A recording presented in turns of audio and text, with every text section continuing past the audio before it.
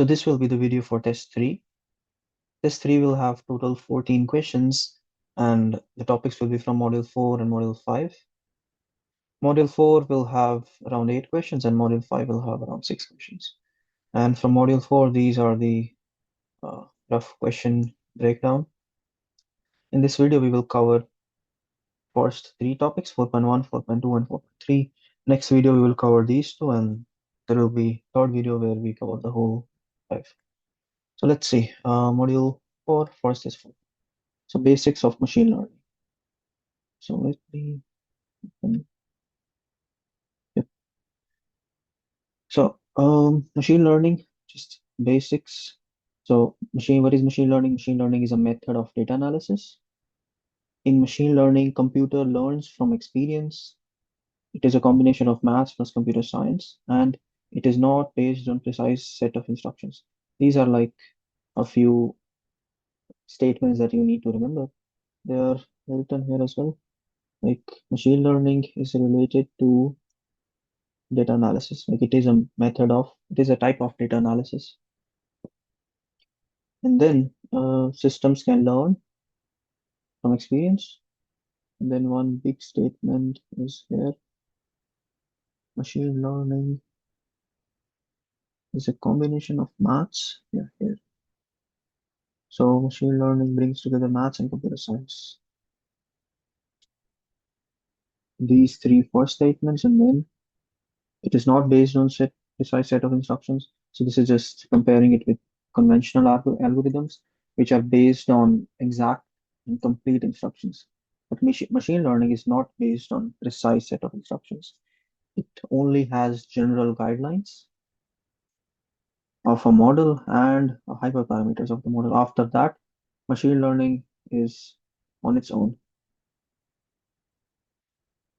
And yes, then data. Machine learning is all about data.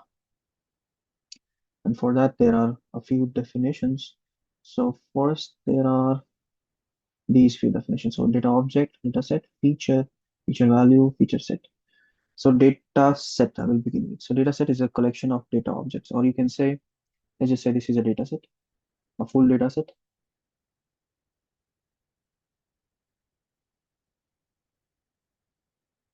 And let's just suppose that this is a student database. It is a data about students. That means that each row here is the data about a student. So each row is a data object.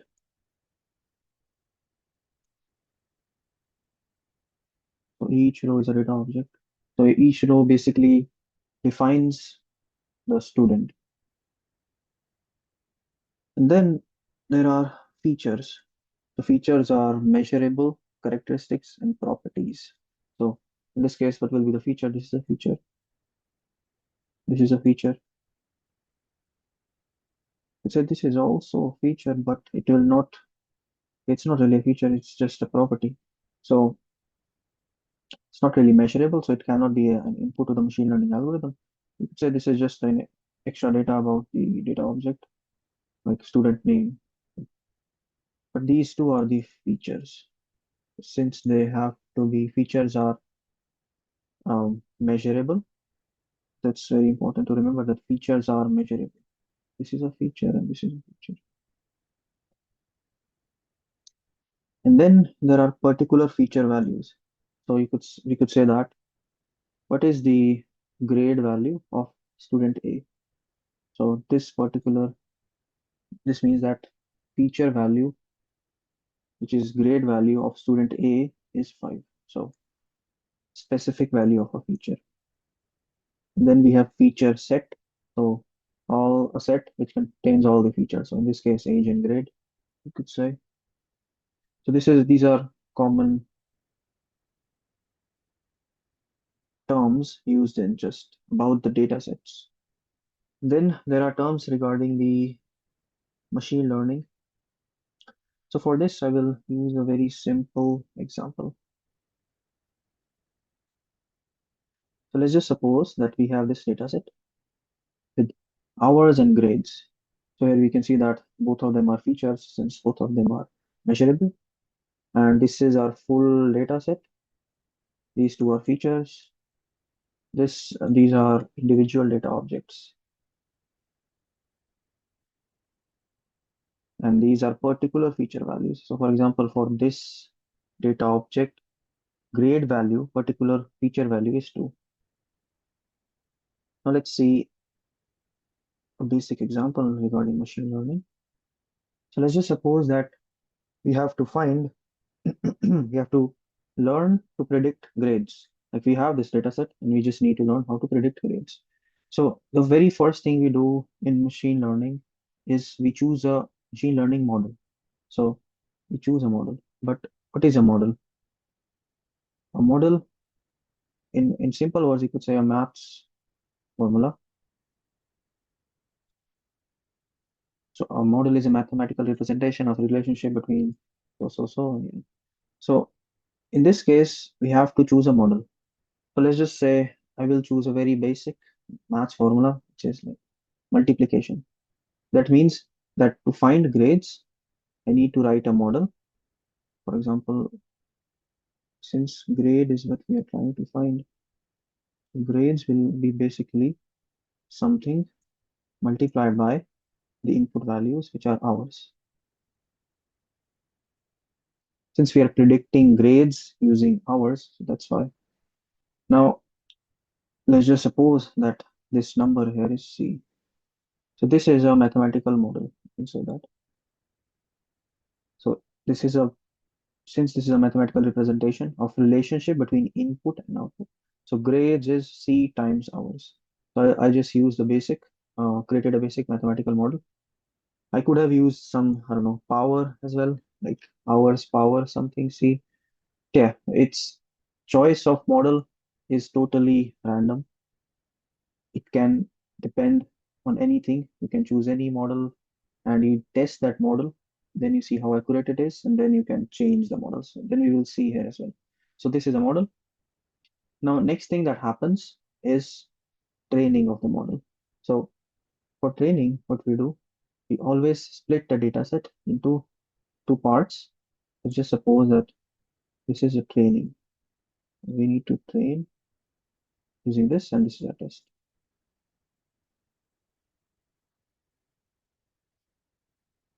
So let's do the training.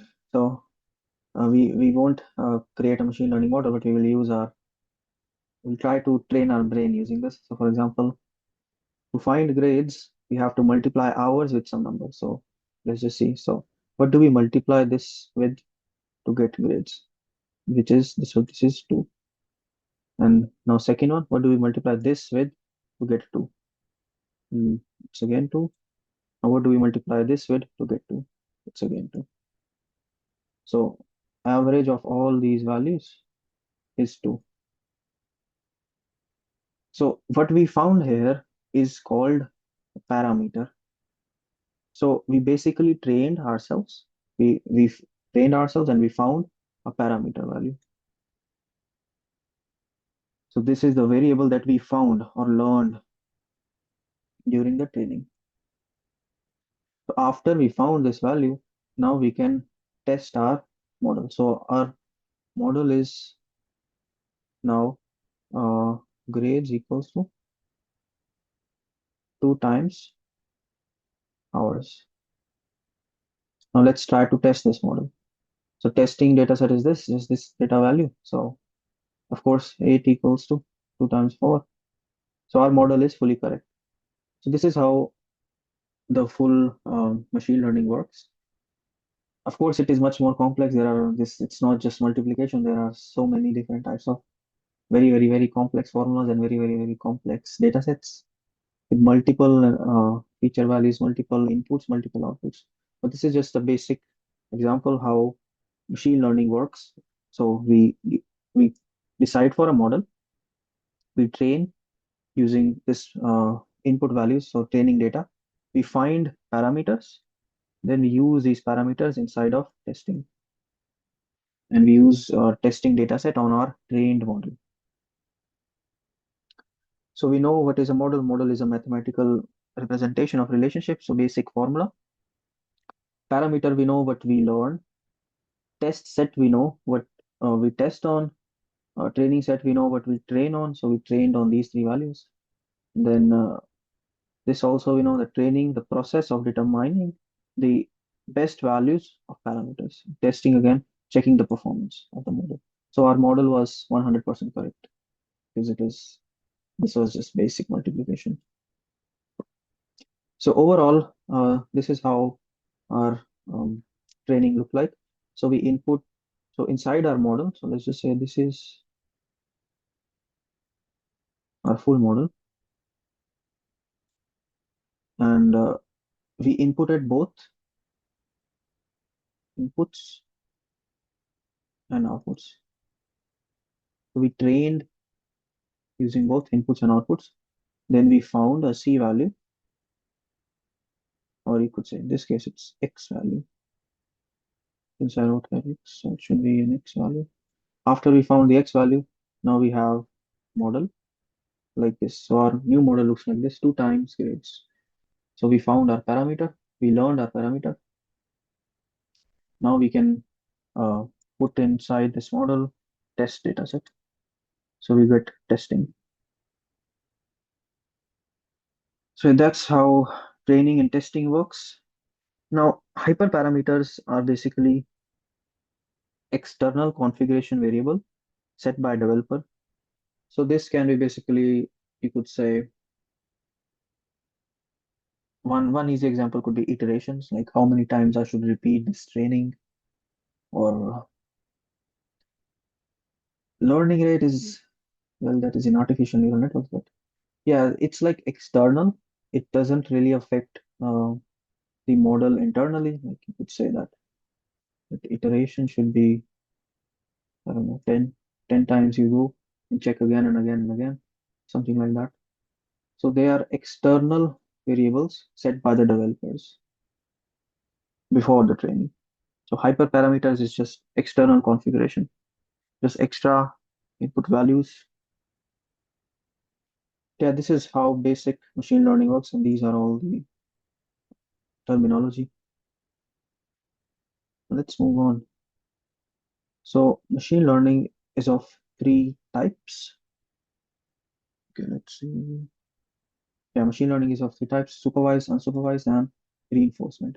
So mainly we will see first difference between, yeah, so first we will see the difference between supervised and unsupervised.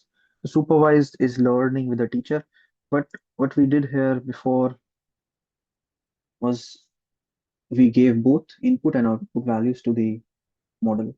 So that is basically supervised learning. So learning with the teacher is called supervised. It contains labels always, and it is predictive model. So using this, we can predict more values.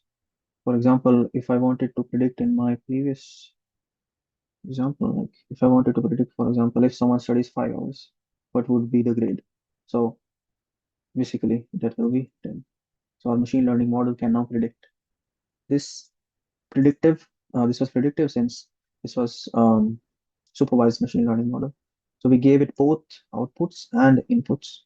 We trained it first, and then we tested it. This is supervised machine learning model. And then unsupervised is without a teacher. It has no labels, and it is what's called descriptive. So descriptive is basically, you could say, it finds description of data. Like it helps in describing the data. It's used for data visualization. It's used for finding patterns or structures of data. So these are the main things to remember, and also the tasks, what each of them are used for. So supervised machine learning is used for these two tasks: classification and regression. Classification is basically predicting if something belongs to a specific class or category. So uh, if something, okay, category or class, it just basically finds the category or class of a data object. And regression is basically finds a prediction. For example, it's given like regression is used in weather prediction too. Like we have if we have a constantly decreasing weather for a few days, it will predict that it will continue decreasing, something like that. So that is use that is regression. Then we can see unsupervised machine learning. So mainly these are the tasks. Clustering. So it segments data into classes. And how does it do that? It does that by finding rules based on common feature values of data objects. Like it finds common values inside of data and tries to merge them together. That is called clustering. And then it also helps in association analysis, how data objects are associated with each other. So it groups by similarity, it associates by similarity. And then we have dimensionality reduction, which is basically finding most important features. So these are all uh, the tasks of unsupervised machine learning. You don't need to go in that much of detail. If you can just remember these, then it will be fine. These will be mostly theoretical questions. And then last is reinforcement learning. It is reward plus punishment based. And then it works by setting up optimal sequence of actions. So for example, if you are playing a game, if you perform a certain action, you will either get a reward or you get punished. So if you get punished, you will not do that action again. But if you get a reward, you'll do that action again. So reinforcement learning works by finding the optimal sequence of action. Just basic descriptions from this first module. So this is also this is a good difference. This is exactly what I have written here. So yeah, that's all theory. Now let's try to solve some questions. I will suggest just make these notes so that you can remember these. It's if you just read them, it will be hard to remember. Just write them. When you write them, it's much easier to remember because you put some effort with your hand. So let's check. So tick the statements that characterize supervised machine learning. So supervised machine learning again with a teacher, it has labels, it is predictive. So let's see all the options. So it is learning based on data that are not labeled. So not labeled, so no. It is learning of optimal sequence. No, optimal sequence was actually we can just directly write which are these not labeled. That means it is unsupervised. If it is optimal sequence of actions, you can see that it is reinforcement. Then it is so-called learning without a teacher, again unsupervised. Then it is learning that provides predictive models, so it is supervised. With a teacher, supervised, and labeled. Then descriptive means unsupervised. So basically it describes the data, how it looks, what are the basically the analysis of the full data. Then learning based on reward and punishment, again reinforcement. Okay, this is basic question, and then let's look here. So what type of machine learning algorithm will allow obtaining an optimal sequence of actions? So reinforcement, that's also what we saw here. Now let's look at these ones. What is a feature of a data object? The feature is found here. So which were the features? Which were measurable values? So these were the features, these were the features. So measurable and quantifiable property of a data object. A property that best describes, no. It determines the similarity of particular data object, no. It doesn't make sense. Uniqueness, no. Distinguishing, no. So measurable and quantifiable property or a column of a data set, you can say that. And then it's about us about data objects. So yeah, it's measurable and quantifiable property of a data object. Then let's see this one. So what are the tasks that are not covered? So not covered by unsupervised machine learning. Basically, which are covered by supervised machine learning. So Try to remember, supervised has regression analysis, like predicting, and it also has classification. It classifies things which class do they belong to. Example, emails, spam or no spam. And then unsupervised had three. First was clustering. So finding rules which make the data similar. Finding rules which, what was it exactly? Finding rules based on common feature values. Then associative was grouping by similarity. And then there was dimension reduction, that was finding most important features. So what are the tasks that are not covered by unsupervised machine learning? So grouping data objects according to their similarity, this is covered. So assigning a data object to a specific category or class, this is not covered. So this is, then finding rules based on, this is covered, and this is also covered, and this is not covered. This is what we learned. So just this much data has so many questions already. Let's see this one. Okay, exactly the same, but for supervised machine learning. So do not characterize supervised machine learning. So let's see. It is learning based on data that are not labeled. So supervised is labeled. So this is correct. It is learning in which optimal sequence. So this is also correct. Then it is learning that provides, this is wrong since that is supervised. This is supervised, and this is descriptive. So this is not supervised.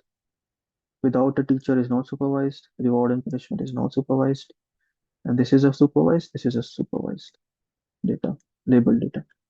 So this one thing changes everything.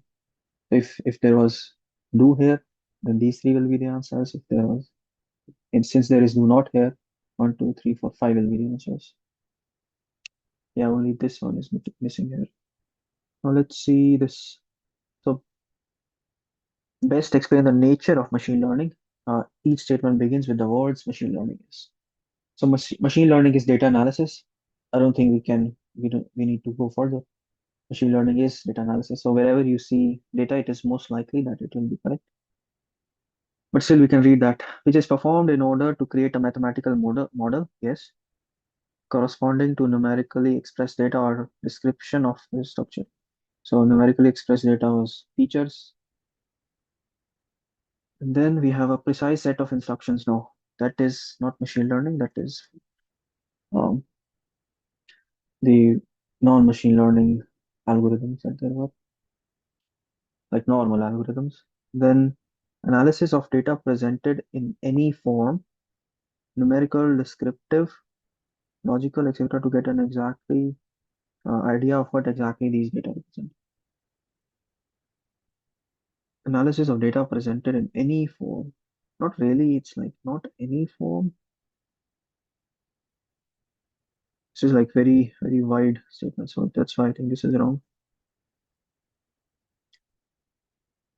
Because you can't really find what exactly does the data represent. Yeah. And then machine learning is developers' attempts to find ways in which intelligent computer systems could collect, systemize, and use problem domain knowledge without human intervention. So this is a definition of artificial intelligence, just basic definition of AI, but AI is not equal to machine learning. Machine learning is not equals to AI. Machine learning is a subset of AI. So machine learning is a part of AI. So this definition that is true for fully for AI doesn't mean that it has to be true for machine learning. So that's why this will be wrong. And then last is combination of mathematics and computer science. So we saw this as well, so that's why this is correct. The two correct options here, data analysis one and combination of mathematics and computer science. Now let's look at this one. What is needed in the machine learning model? Testing process. The testing process should have training data set, yes. Precisely defined rules of what the final mathematical model should look like, no. That is not testing. What testing is about. Testing is just testing what is the accuracy. So an indication of how many data objects, no. Oops, it's not training data set. It's testing data. This one, test data set. Then initial values of model hyperparameters, no. Since that is in training. Testing just has the trained model, and in that trained model, we just use test dataset. That's all. Then what is clustering task about? Finding rules based on common values of object features. Predicting the output and the rules based on common values. Clustering.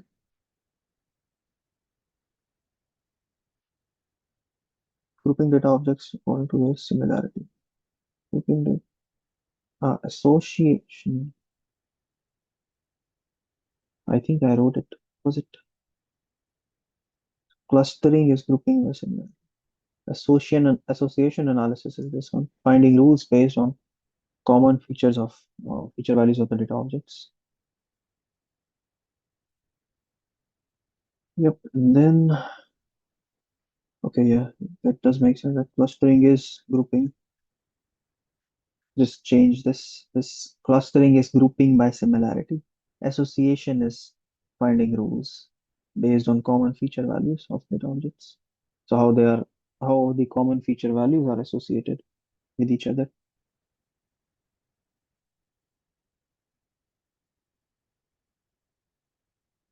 Mm, let's look this once again. The most essential features, yes. Finding rules, yeah. Okay, that was my mistake. Clustering is grouping by similarity. Okay, let's move on. What is a hyperparameter? Hyperparameter was external set by developer. So we just look for internal, no. Most significant parameter, no. External configuration variable whose value is found. No, it is not found. Here as well, it is not found. It is just set by the developer. So this will be the correct option here. And then what tasks are not covered by unsupervised machine learning? I can give this question as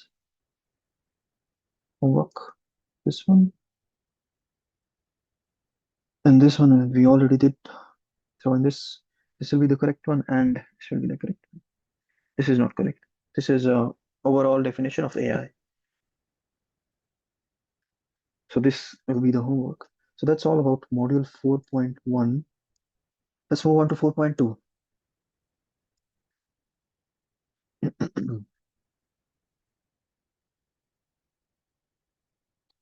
Okay, supervised machine learning. The supervised machine learning has three components: decision process. So where the actual decision takes place, like classification, or in regression, the actual prediction. So it's the actual processing. And then after the processing, how much does it differ from the actual value? So actual error. And then after finding the error, we update the uh, function, update the model, and then this happens again. And yeah, so that's how supervised machine learning model works. It always finds the error and it updates the model based on these errors.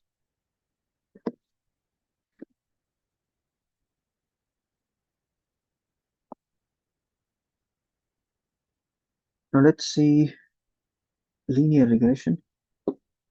So linear regression means searching for relationship, cause and effect relationship.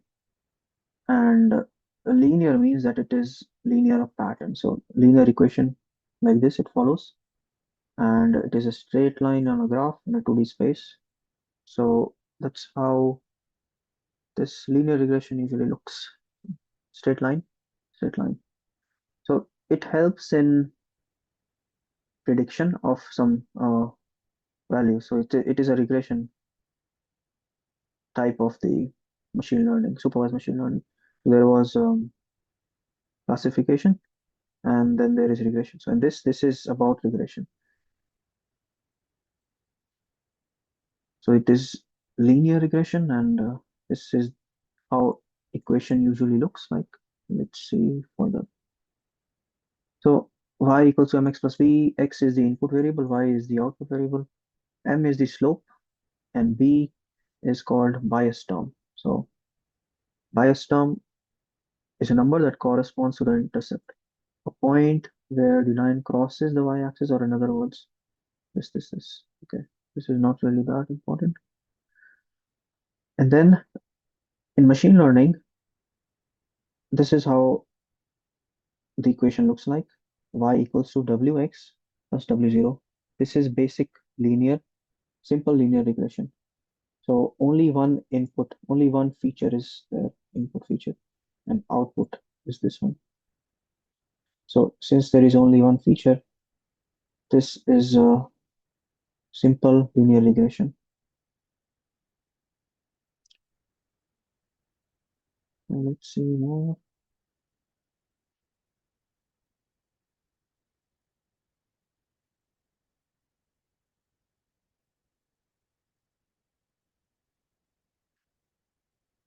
Mm,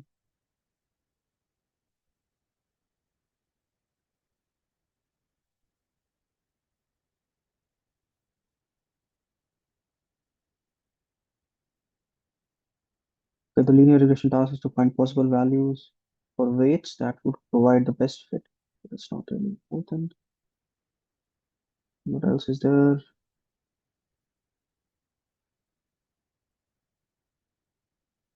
Okay, yeah. So univariate, this is called univariate, only one feature. Then there is also multivariate when there are many features. And the thing about multivariate is that it's not a straight line in 2D space, it's a plane. So plane looks like this, something like this, and it's in 3D or higher dimensions. Okay, that's basics about this. Then bias term has, so where is the bias term? Bias term description. The bias term is important. So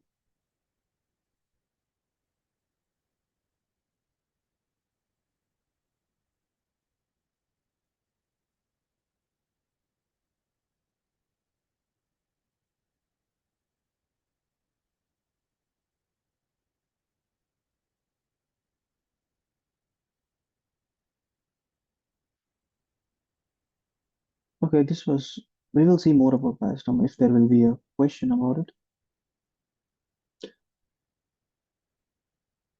Let's look at performance now. So how do we know if linear regression is good?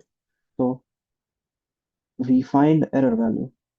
So difference between output value predicted by linear regression and real output value is found. So for example, let's just suppose that we have a data set.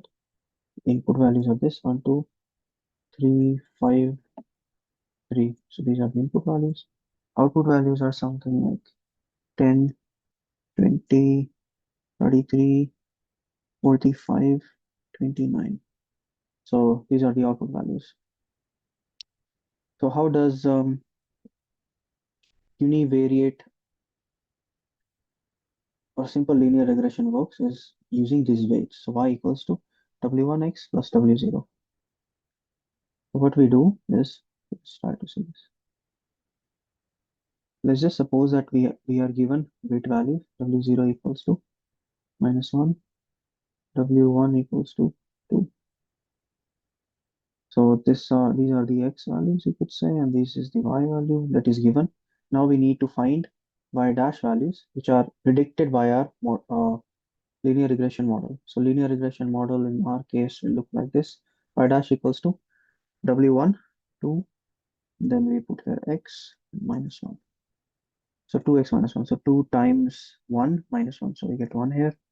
2 times 2, 4 minus 1, we get 3 here. 6 minus 1, we get 5 here. 10 minus 1, 9. 6 minus 1, 5. So here we can see these are the values predicted by our model. These were the real values. Now here we can calculate the error. So basic error is just how much does it differ. Here it differs by 9 points. Here it's 17. Here it's 28. 36, 24. So here we can see these error values are very high. That means overall our regression model is not so accurate. So we need to minimize this error for our regression model to be more accurate. And relating to this, we will also have a question. So when we get the question, I will try to explain more. But it works something like this. So let's just see here. So after finding the error, what you do is you square it. So 81, we need a calculator here. So you should take a calculator for your exam because there will be a few questions regarding this.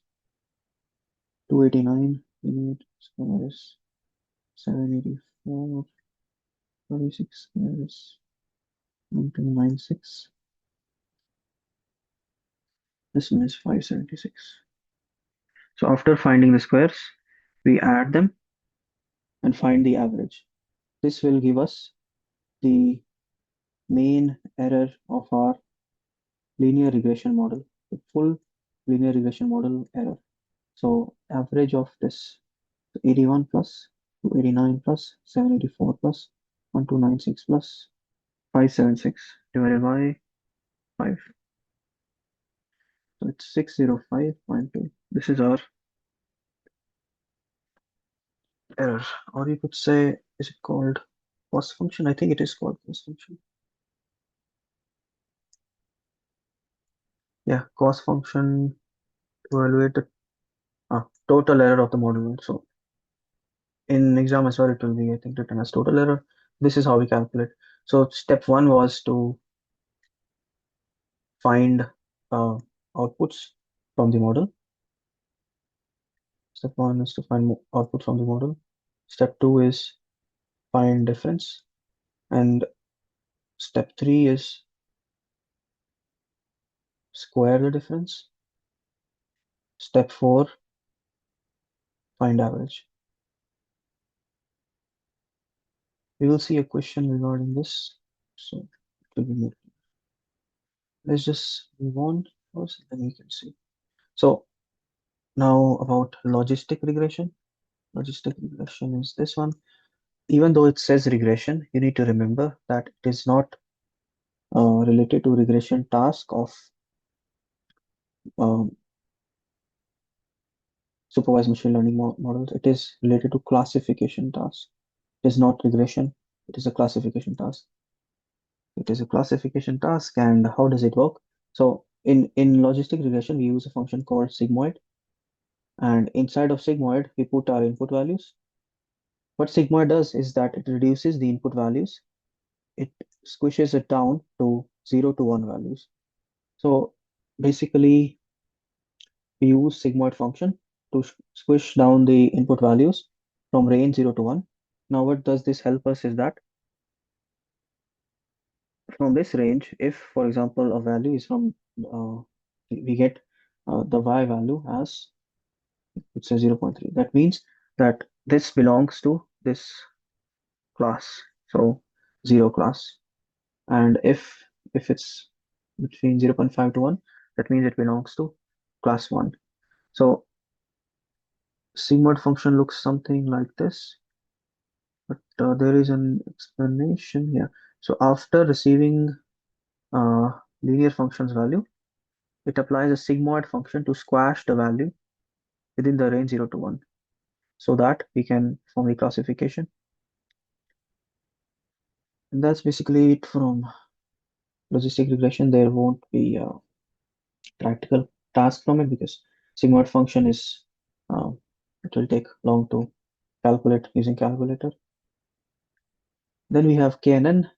KNN is classification task, and it uses the concept of similarity. So you can see similarity, and similarity can be distance, proximity, closeness, it can be anything.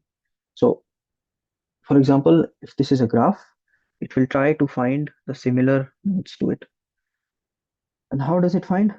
So it depends on what type of feature values are there. So if the feature values are continuous, then we use what we call geometric distance. What is a continuous? Continuous is basically, could say the possible values are close to infinite, like around zero. Even though if something is from 0 to 200, it is quite continuous. Because let's just take an example of speed of a car.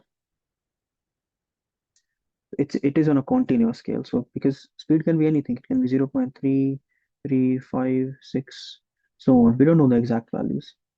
But if we have discrete feature value, discrete features means that there are limited possible values. Like for example, true or false, 0 or 1, or you could say um, the numbers on a card, like 1, 2, 3, 4, 5, 6.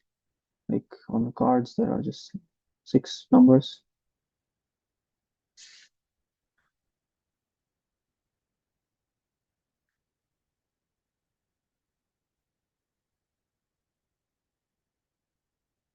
Not cards, I mean die.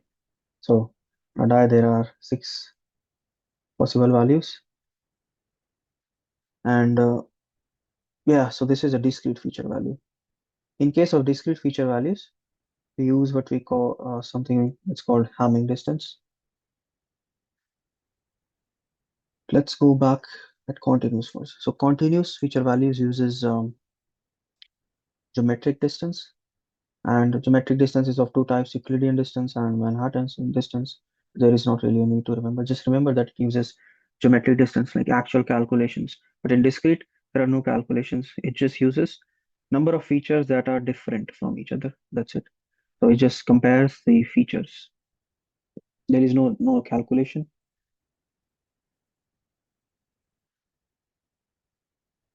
And then we have KNN task. We will try to perform this KNN task.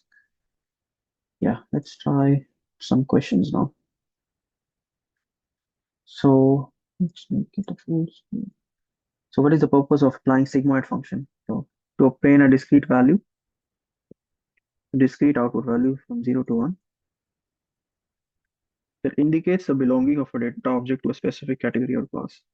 Just like that. So we have a threshold 0.5 to 1. So if the value is above this, we can say that it is one value. It's below 0.5, we can say that zero value. So it is used for this purpose. And then how does KNN algorithm determine the similarity between data objects? Described by continuous. The continuous had geometric written there, so you need to remember continuous is related to geometric distance in KNN. Now let's see this. So this is KNN. How do we solve this? So the question is, determine which classification category will be assigned to the yellow dot. So this yellow dot here, this one. So which category will be assigned? So since KNN is based on proximity or the distance, how close something is, we'll try to find which nodes are the closest. So in this case, we need to find just one node because it's written as k equals to 1. The closest node is this one, this triangle. So in this question, the answer will be triangle. Now this is the same question. This is univariate linear regression. So let's try to solve this one. So weight values are given, W0 and W1. We know how to write our y dash. Y dash is written as W1 times X plus W0. So for each of these values, we need to find y dash. Let's try to find. So y dash will be, in first case, y dash will be W is what, 143, no, 11.78. W1 is 11.78 times X is this, 130, plus W0, which is 143.22. This is calculations 11.78 times 130 plus 143.22. So in this case, we get 1674.62. Similarly, we need to find all these y dash values using this formula. And then we find the error. So just this difference between y dash minus y. And then we square them. Then we find average. So the answer to this question will be this average. I will not solve this because it will take long, but we'll put this answer in the comments. So it's like a homework. So pause the video and try to solve these questions. Okay, let's move on. Would suggest try to solve this as well. Pause the video and try to solve this. In this case, you have to look at 7 most closest nodes and find which one is the most common out of all of them. So let's see. So this first one is this common. So you just write that triangle has one.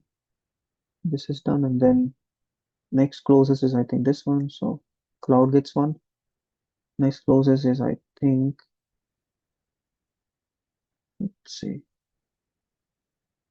that this one. Okay, I think it is this one. This one is done. Cloud cross, and then this one, sun, and then I would say cloud again, and then I would say sun again. How many are done? 2, 3, 4, 5, 6, and then the last one is cloud again.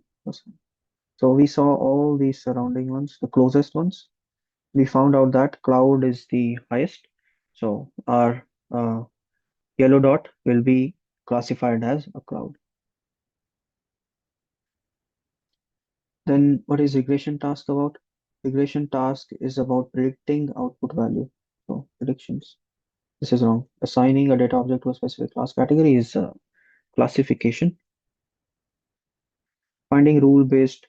Okay, remember this, we got it wrong. Association.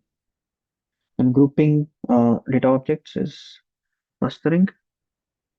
Finding the most important features is dimensionality reduction. Just trying to remember these. Okay. Then what tasks is logistic regression used for? Logistic regression is classification task. Yeah, that's it. Then what do we have here? So k equals to 1 again, and yellow dot is here. Closest one is cloud. Cloud is correct. And then this one, k equals to 1, closest one is cloud again, so it's really cloud. Then there are more questions. So tick statements characterizing simple univariate linear regression. So linear regression, it represents a relationship between input and output as a hyperplane, 3 dimensions. No, univariate was simple. It was about 2D, 2 dimensional. Then it is used when only single feature represents data objects. Yes, that is true. Since it is y equals to mx plus c, so only one feature is used. But in multivariate, multiple x values are used. That means multiple features are present.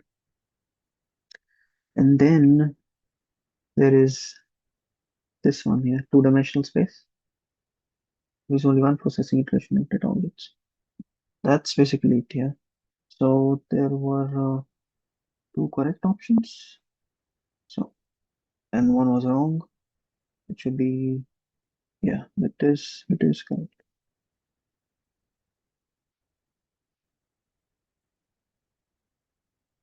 Okay, now we see this one. This is again univariate linear regression. We have to do the same thing. So we have x values, we have y values.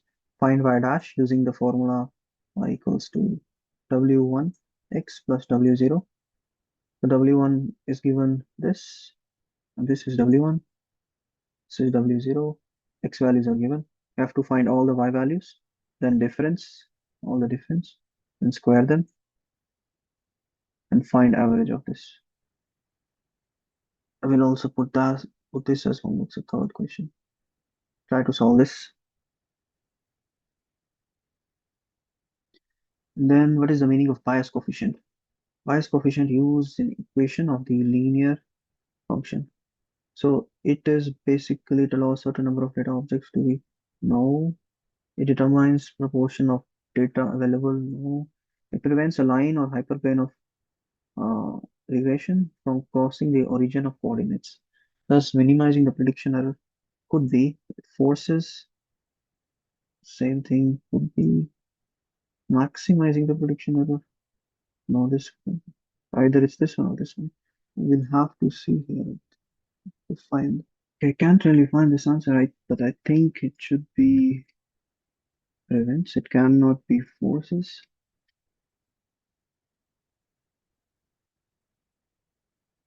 Because it can only prevent. It cannot just force all the data objects to be above the origin.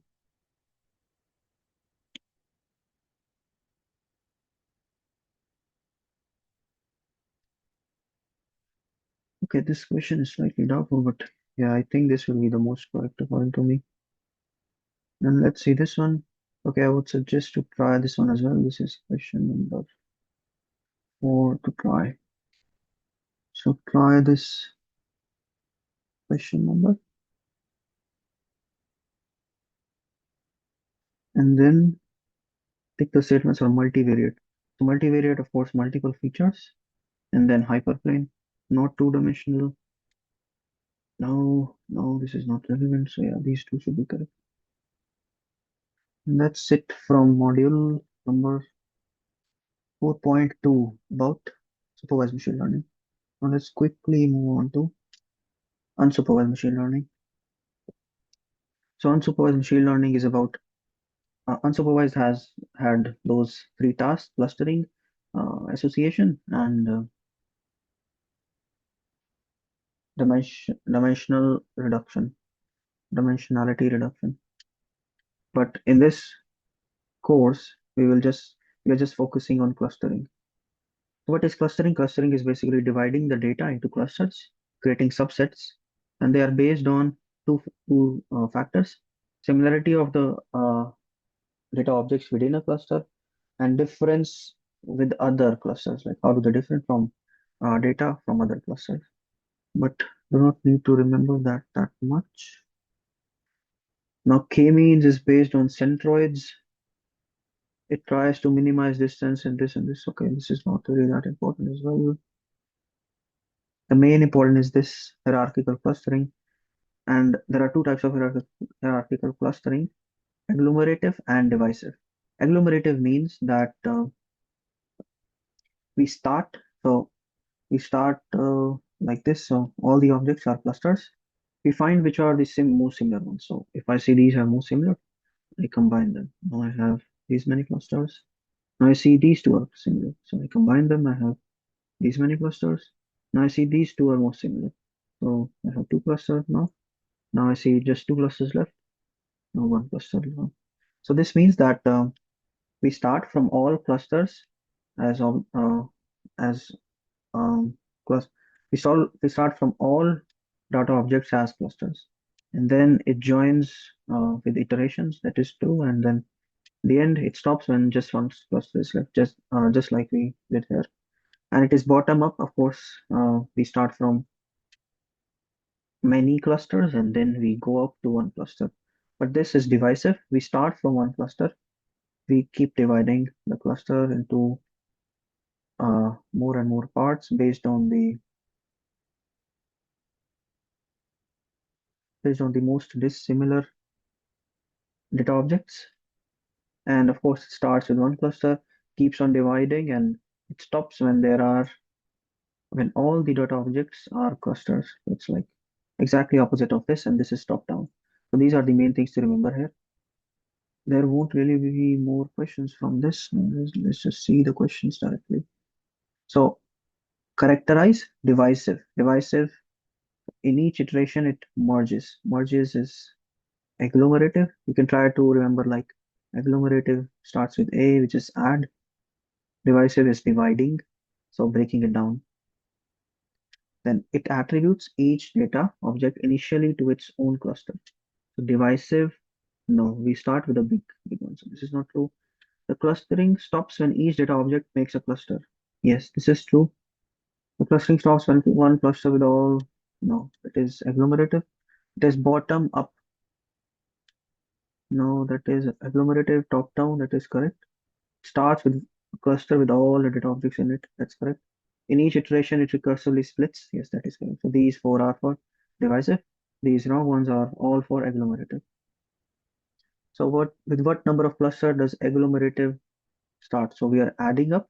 So it is equal to the number of data objects in beginning. And then hierarchical clustering has something called dendrogram, and it looks like this. So let's try to solve this task using the dendrogram below. Identify how many clusters will be created if the horizontal cutoff line is drawn at phi equals to 15. So let's draw a line. So if you get some question like this, you have to draw a line, okay, visually, not visually, but in your mind. And then you have to see how many clusters are there. There is, well, there are mainly just uh, this is this is a cluster. This is a whole one cluster. You have to see only under this. This is a whole one cluster. Or what you can do is after you draw this line, you can think that you remove everything that is horizontal line under this line. So you remove this, remove this.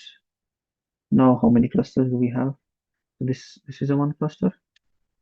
This is a one cluster. These points are their own clusters. So four clusters we have. Now, for example, if it was at let's just say at 20, now we remove this and this. Now we have one cluster and two clusters. That's it. Let's see this. This is again the same question. So I want to. This is about centroids. I can do this question. It's quite straightforward. So this is related to K and no, it's not K and it is K means since it is related to centroids. So what you need to do, so you're given data objects. So x1 is given as it's say 24, 14, 28, 37, 41, 5, 9, and 12. So what you need to do, okay, C1 value cluster centroid values are also given. So you write here C1, C2, C3. And this is 7, 30, 15. So the one line that we read for K-means was that it works by minimizing the distance in data and centroids. So what we need to find is distance between data and centroids. So 24 minus 17 is 17. 24 minus 30 is minus 6, but I will just directly write 6 because we are just looking at just the modulus of the difference, like not with negative. So 24 minus 15 is 9, 14, 7, this is 16, 1. Or what you can do is just write which one are the closest. So in this case, this is closest and has distance 2. This is closest and it has distance 7. And this one is 11. Then, of course, this one is the closest. And this one is the closest. And then this one is the closest. After finding closest ones, you make another column and write which one are the closest ones. So in this case, smallest distance is with cluster 2. So cluster 2 is closest to this data point. In this case, cluster 3 is closest to this data point. Now, in this case, the cluster 2 is closest. Again, cluster 2 is closest. Again, cluster 2 is closest. Cluster 1, then cluster 1, and in the end, cluster 3. So after you find the which cluster or which centroid is each point closest to, you have to calculate new centroid values. So new centroid values are calculated by finding the average of data points that are classified as that particular centroid. So in this case, C1, where is C1? We see C1 in this data point and this data point. Now we find average. So C1 will be 9 plus 5, 14. 14 divided by 2, 7. Now let's see C2. C2 comes from 1, 2, 3, 4. This one, this one, this one, and this one. So 24 plus 28, 48, 52. 52 plus 37, 89. 89 plus 41, 130. 130 divided by 1, 1, 2, 3, 4. 130 divided by 4. That should be 32.5. And then C3. C3 is here and here, and it corresponds to 14 plus 12. So 26 divided by 2, 13. So now we have, oops, now we have new cluster values, and this is how it looks like. So I would suggest to practice the same question again and again, because I don't think I have more of these, but still they can come. But still it's a less chance since mostly one question comes from this unsupervised machine learning, but still it's better to practice this in case it comes. Now, what is the approach used by agglomerative? So it's adding up. So it starts from the very bottom and then goes up. Then again, I can give this as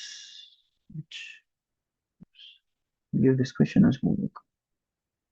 So I have given 4, right? Yeah, 4 questions. This will be a 5th one. Try to solve this one and try to solve this one. 6th. I guess this is the same one, so I did this. Yeah, that's it. It's like not that complex from unsupervised machine learning models. Just these calculations might seem complex, but they're also like very similar. You just find with each data point which cluster is the most similar. We could directly even do it here. 24 is the most similar to, so we write C2 here. 14 is most similar to C3, we write C3 here, and so on. And then we just add where we find the same clusters. So we found same clusters like this, C1, C1. We find the average. Now our new cluster is this, and so on. So that's it from this video. In the next video, we will cover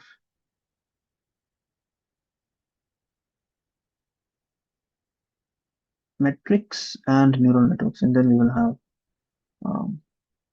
one more video. But yeah, we covered almost 5 to 6 questions.